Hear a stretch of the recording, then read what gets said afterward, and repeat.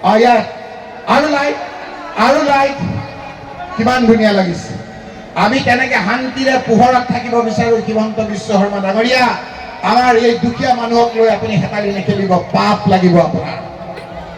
গতিকে আপোনালোকৰ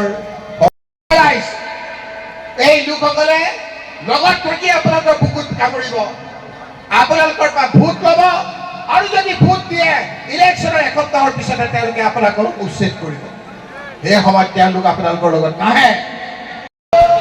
Asad AP member সকলোৱে গৈ ডিচিত ক'ব যে আমাৰ ইয়াত আদানীক আমি মাটি নিদিওঁ। কৰবাত আপোনালোকে মাটি দিবলৈ আহিছে য'ত মানুহ নাই, তেনেকুৱা জেগাত যদি আদানী আম্বানীক মাটি দি থাকক, আমাৰ ইয়াত ইমান দিন বহুতি হৈ থকা সেই মানুহৰ আপোনালোকে উচ্ছেদ কৰি মাটি দিলে নহ'ব। আপোনালোকক ৰঙা চকু দেখুৱাইছে ৰাইজ, নিৰ্বাচনটো যাব দিয়ক। আমি আপোনালোকৰ ওচৰলৈ আহি আপোনালোকৰ লগত হাতত হাত মিলাই এই ৰক্ষা কৰিবৰ কাৰণে যুঁজ দিম। মই ৰকিবুল হুছেইনে আপোনালোকক কথা কৈছো ৰাইজ। নিৰ্বাচনৰ সময়ত আৰু লাইট কিমান ধুনীয়া লাগিছে। আমি কেনেকে শান্তিৰে পোহৰত থাকিব বিচাৰো। হিমন্ত বিশ্ব শৰ্মা ডাঙৰীয়া, আমাৰ এই দুখীয়া মানুহক লৈ আপুনি হেতালি নেখেলিব, পাপ লাগিব আপোনাৰ। গতিকে আপোনালোকৰ এই লোকসকলে লগত থাকি আপোনালোকৰ বুকুত কামুৰিব, আপোনালোকৰ পৰা ভোট ল'ব, আৰু যদি ভোট দিয়ে ইলেকশ্যনৰ এসপ্তাহৰ পিছতে তেওঁলোকে আপোনালোকক উচ্ছেদ কৰিব।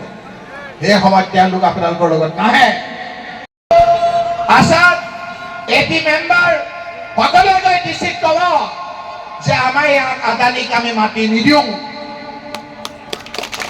কৰবাত আপোনালোকে মাটি দিবলৈ আহিছে য'ত মানুহ নাই, তেনেকুৱা জেগাত যদি আদানী আম্বানীক মাটি দি থাকক, আমাৰ ইয়াত ইমান দিন বহুতি হৈ থকা সেই মানুহৰ আপোনালোকে উচ্ছেদ কৰি মাটি দিলে নহ'ব। আপোনালোকক ৰঙা চকু দেখুৱাইছে ৰাইজ, নিৰ্বাচনটো যাব দিয়ক। আমি আপোনালোকৰ ওচৰলৈ আহি আপোনালোকৰ লগত হাতত হাত মিলাই এই ৰক্ষা কৰিবৰ কাৰণে যুঁজ দিম। মই ৰকিবুল হুছেইনে আপোনালোকক কথা কৈছো ৰাইজ। নিৰ্বাচনৰ সময়ত আৰু লাইট কিমান ধুনীয়া লাগিছে। আমি কেনেকে শান্তিৰে পোহৰত থাকিব বিচাৰো। হিমন্ত বিশ্ব শৰ্মা ডাঙৰীয়া, আমাৰ এই দুখীয়া মানুহক লৈ আপুনি হেতালি নেখেলিব, পাপ লাগিব আপোনাৰ। গতিকে আপোনালোকৰ এই লোকসকলে লগত থাকি আপোনালোকৰ বুকুত কামুৰিব, আপোনালোকৰ পৰা ভোট ল'ব, আৰু যদি ভোট দিয়ে ইলেকশ্যনৰ এসপ্তাহৰ পিছতে তেওঁলোকে আপোনালোকক উচ্ছেদ কৰিব। সেই সময়ত তেওঁলোক আপোনালোকৰ লগত নাহে।